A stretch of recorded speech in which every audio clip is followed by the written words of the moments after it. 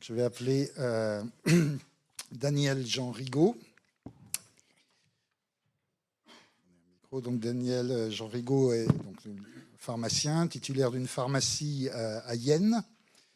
Je vois que dans le cursus, il y a quand même eu un diplôme en management de la santé qui a dû donner un certain booster à vos actions en santé publique, en soins primaires. Vous êtes vice-président de la CPTS Santé de Yenne et avait été responsable d'un centre de vaccination éphémère Covid. Vous êtes élu URPS Aura en charge de la vaccination et de l'exercice coordonné. C'est donc sans surprise que vous allez nous parler vaccinologie et en nous présentant une étude sur l'impact d'actions menées en pharmacie d'officine et l'utilisation d'outils pour optimiser la vaccination. Merci. Donc, bonsoir à tous. C'est très dur de passer après, madame, mais je vais essayer de faire au mieux. Donc, moi, je vais commencer avec juste 3 mots à retenir, parce que j'aime bien ça. La vaccination, enfin l'hésitation vaccinale, ça se résume en 3 mots. Connaissance, confiance et commodité. Essayez de les enregistrer, vous verrez. On va en reparler au cours de cette présentation. Donc voilà, moi je suis promoteur d'un projet au sein de l'URPS, donc je ne présente plus les URPS pharmaciens, qui s'appelle Pharmavax Aura. C'est un projet qui découle de notre histoire récente, jeune, de la vaccination en officine qui a démarré en 2017. Je parlerai des partenaires après, mais en 2017, on a commencé à vacciner. Pour ceux qui se souviennent, le ministre de l'époque s'appelait Agnès Buzyn. Qui avait rendu les 11 vaccins obligatoires et qui vit toujours sous protection policière depuis, pour la petite histoire. Et en plus, à côté de Lyon, elle avait mis fin à l'homéopathie remboursée. Donc voilà, j'ai pas dit que ceux qui la pourchassaient étaient lyonnais. Mais sinon, elle avait aussi copié un projet portugais qui avait lancé la vaccination grippe en officine en 2009. Donc nous, 2017... Donc, mon président, bien connu Olivier Rosaire, avait lancé cette expérimentation déjà en Auvergne-Rhône-Alpes. L'expérimentation, là, alors c'était super parce que des fois, les expérimentations durent, mais là, ça n'avait pas duré longtemps. On avait tout de suite vu que ça marchait, puis avec une extension à l'ensemble de la France. Mais en région Auvergne-Rhône-Alpes, on était un peu promoteur de cette vaccination. Il est arrivé un truc en 2020-2021, si vous voyez ce que je veux dire. Donc, centre de vaccination éphémère, et après, c'est passé en officine. Donc, les patients ont une forte demande pour justement avoir une concrétisation, c'est-à-dire les 3 mots, la commodité. La pharmacie d'officine, c'est commode. Voilà, donc ils ont demandé à ce qu'on puisse se faire vacciner en officine. Alors, d'abord, l'acte d'injection, et puis après, de fil en aiguille, jusqu'à divers arrêtés en août 2023 pour permettre la prescription vaccinale. Donc, prescription vaccinale de tous les vaccins du calendrier vaccinal pour les plus de 11 ans. Il y avait d'autres projets, mais je peux autant vous dire que déjà, tous les plus de 11 ans avec le nouveau calendrier vaccinal, c'est déjà un énorme travail. C'est là où il y a le plus de retard et on ne demande pas plus pour l'instant. Donc, nous, l'idée, c'est d'augmenter la prescription vaccinale à travers ce projet chez le pharmacien. Parce qu'il peut continuer à être un suiveur, faire grippe et Covid, et puis injecter les vaccins que le médecin prescrit. Mais l'idée, c'est de trouver d'autres populations, d'aller toucher d'autres personnes pour lesquelles la vaccination, la couverture vaccinale est faible. La France est un pays de couverture vaccinale faible par rapport à beaucoup d'autres pays européens. On est un pays de vaccination égoïste, malheureusement, par rapport à d'autres pays qui sont plutôt des pays à vaccination altruiste. Donc, nous sommes associés avec ce que l'on appelle un SADV, c'est-à-dire un système d'aide à la décision vaccinale, mesvaccins.net, du professeur Jean-Louis Koch. C'est le même système qui est utilisé dans la vaccination dans les collèges. Ça s'appelle Colibri. Et donc, on utilise le même système. Et le CLERMA, donc le Clermont Management, qui est associé à l'université Clermont-Auvergne, qui est un laboratoire de recherche qui va nous produire des statistiques puisque le projet se termine à la fin du mois d'octobre. Donc voilà, donc je vais pas répéter, mais les pharmaciens sont un peu les bons élèves de l'assurance maladie parce que c'est eux qui alimentent le mieux le DMP-MES, puisqu'on a automatisé la tâche et qu'en fait, chaque fois qu'on passe un vaccin, tout est transmis automatiquement. Le souci de ça, c'est que le médecin, lui, ne récupère pas forcément l'information et c'est ce qui pose un petit peu des problèmes. La confiance, on l'a obtenue par la grippe, par le Covid, donc il fallait transformer l'essai au plus vite.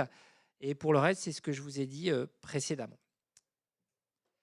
Donc, l'objectif de ce projet, et c'est pour ça que c'est un peu un projet de recherche en soins primaires, c'est de faire des entretiens de vaccination, de favoriser l'audit vaccinal par le pharmacien, d'évaluer ces entretiens et évaluer l'utilité d'un système d'aide à la décision vaccinale.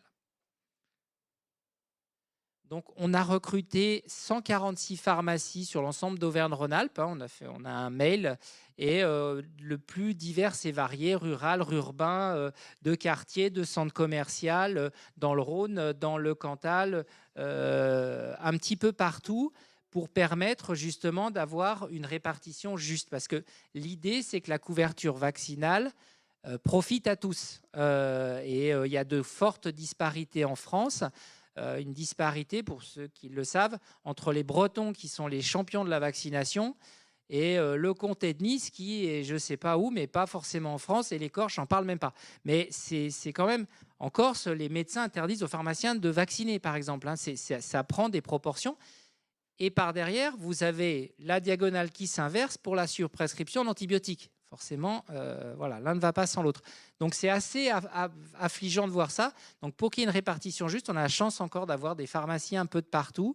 Et donc, le but, c'est que, pas qu'on fasse, que moi, je sois très bon dans la vaccination, mais que tous les pharmaciens soient acteurs de la vaccination. Donc, il fallait donc avoir une formation. Donc, une formation chez nous en 2023, et maintenant aussi, c'est 7h30 pour l'acte d'injection et 10h30. Mais j'ai ma collègue pharmacienne qui paraît que c'est beaucoup plus que 10h30. Il faut bien y passer 15 à 20 heures si on veut saisir l'ensemble des subtilités du calendrier vaccinal. Parce qu'en parallèle de ça, la France, vous savez, c'est la prévention, décidé de redonner un gros coup d'accélérateur et on a l'un des plus beaux calendriers vaccinaux du monde, si je puis me permettre, avec les Anglais, les Suisses notamment. On est très en avance. Seulement, il y a une forme d'appropriation et c'est tout l'intérêt de ce projet, c'est l'appropriation du calendrier vaccinal. Donc, on a recruté entre 25 et 75 ans. Voilà, c'était un choix qui a été fait. 25 ans, c'est le rappel diphtérie, tétanos, coqueluche, polio que les jeunes ne font pas. Voilà. Et 75 ans, maintenant, c'est la vaccination contre le zona. Donc, on a cet outil-là qui nous aide. Donc, le pharmacien va prendre un temps dédié dans un espace de confidentialité, va remplir le profil du patient, l'historique vaccinal. Bon, ça, c'est des copies d'écran, ce qu'il a déjà eu.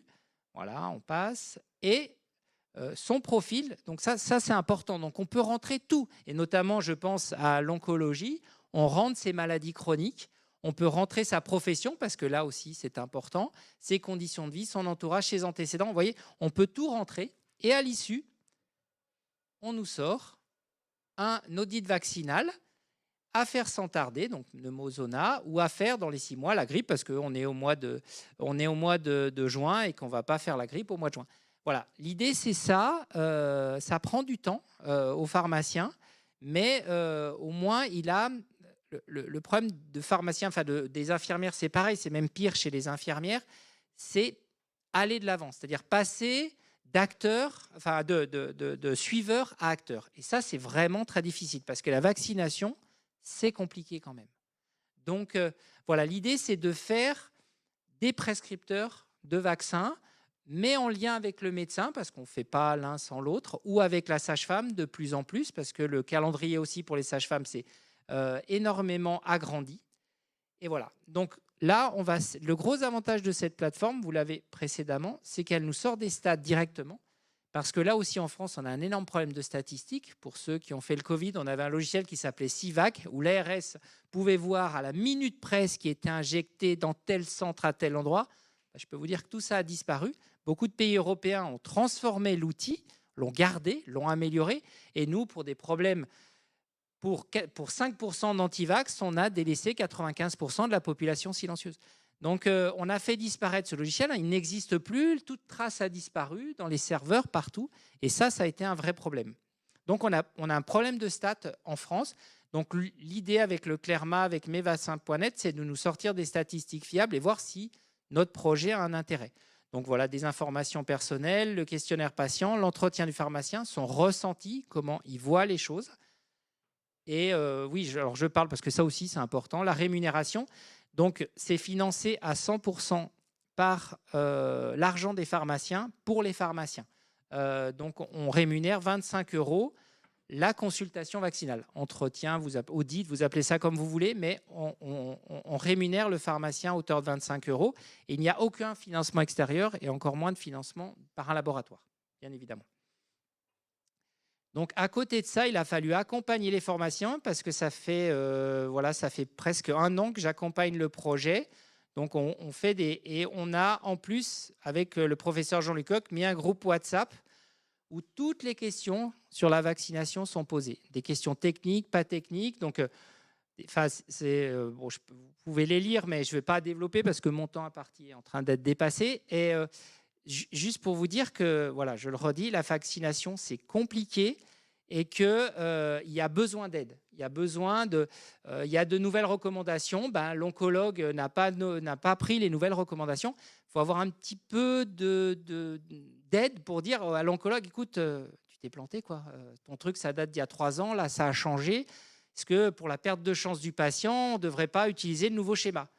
Ça s'est très bien passé. C'était à Saint-Étienne. Le pharmacien a appelé, le chef de service a dit oui, tu as raison, je n'avais pas vu. Voilà. Donc l'outil, c'est voilà, l'avancement du projet. On a 83 pharmacies qui sont actives. On a largement dépassé les 1000 entretiens. Là, c'est bon, les vaccinations, ça présente moins d'intérêt. Et on a des questionnaires qui sont complétés pour donner de la data à Clerma qui va nous sortir les résultats d'ici une semaine. En fait, ils sont en train de finir puisque ils ne pouvaient pas aller jusqu'au 30, mais nous, on continuera jusqu'au 30 octobre. Voilà, on fait essentiellement des patients entre 60 et 76 ans. C'est un peu normal, hein, c'est eux qui sont le gros en fait, de la vaccination. Et voilà, juste pour finir, j'étais un petit peu... voilà, mais juste pour finir, le pharmacien, il faut améliorer sa connaissance. Il a la confiance et surtout, il a la commodité. Il a des frigos avec ses vaccins. Il y a de plus en plus de médecins qui travaillent avec des pharmaciens.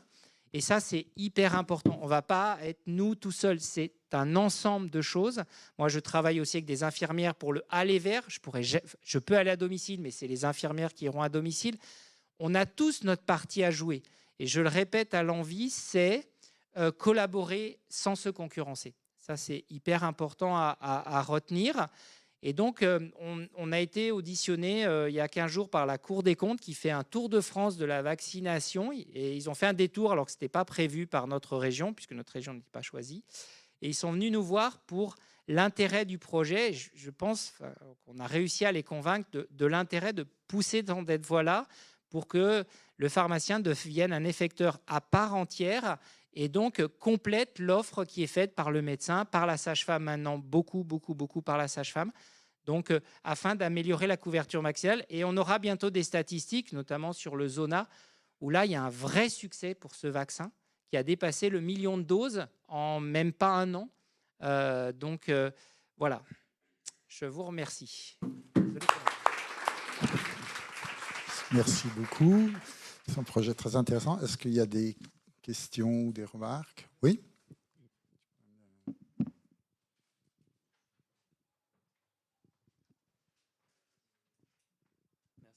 Bonsoir, merci beaucoup pour votre présentation. Ma question, ça concerne un petit peu la relation avec les médecins traitants. Je suis moi-même kiné, on travaille beaucoup sur l'accès direct actuellement et je trouve qu'on a la même problématique. Comment vous avez géré l'acceptabilité de votre projet par les médecins généralistes en particulier? Car moi, j'essaye d'en discuter avec les médecins G sur notre secteur et ils se disent tiraillés de toutes parts avec une perte de compétences ou un petit peu sur l'impression de perdre ce qui fait le cœur de leur profession. Et nous, ça nous freine dans l'avancée de nos projets. Donc, on va reparler après. Je crois que l'intervention suivante va beaucoup parler de mon CISRA. L'alimentation du DMP-MES souffre du retard qui a été pris par les logiciels de gestion des cabinets. Donc, je ne suis pas sponsorisé par eux. Il y a une difficulté pour ces logiciels pour récupérer l'information dans le DMP. C'est-à-dire qu'il faut aller chercher l'information. Donc ça, c'est ce qui pose problème. Moi, depuis le départ, puisque je suis un des promoteurs depuis 2015 de mon CISRA, systématiquement, en fin de journée, j'envoie une note vaccinale aux médecins sur tous les vaccins. Donc, salut Claire, aujourd'hui, j'ai fait un Shingrix à ta patiente, numéro de lot, date de péremption. C'est un message automatisé, je fais un copier-coller. Tous les soirs, ça me prend 5 minutes. Je fais en moyenne une quinzaine de vaccinations, 15-20 vaccinations jour. Hein. Pour vous donner une idée, ma pharmacie en tout, c'est plus de 3500 vaccinations à l'année avec grippe et Covid. Donc ça devient une activité à part entière. Et donc, je renvoie systématiquement une note vaccinale. Les médecins me remercient. Dans ma CPTS, c'est acté. Ils ne font plus ou quasiment plus de vaccination. Tout est délégué. Et en dehors, j'essaye de faire progresser la cause. Je le dis à tous mes confrères. Là, je l'ai dit dans le cadre du projet. Vous verrez, c'est un entraînement. C'est une partie de ping-pong. Je t'envoie la balle, tu me renvoies la balle. Et c'est comme ça que ça marche. On ne va pas faire, je vous l'ai dit, il ne faut pas se concurrencer. Il faut se compléter, se conjuguer et travailler en amont. On fait de la même façon avec des médecins. Ce qui est important, je ne l'ai pas dit, c'est un discours commun. Le calendrier vaccinal, on a fait des formations. On est tous dans la même direction. Ça, c'est quelque chose que j'ai piqué aux Canadiens. Quand ils décident un truc, tout le monde est d'accord. Ils en discutent. Si tout le monde est d'accord, on va tous dans la même direction. Ça, c'est hyper important.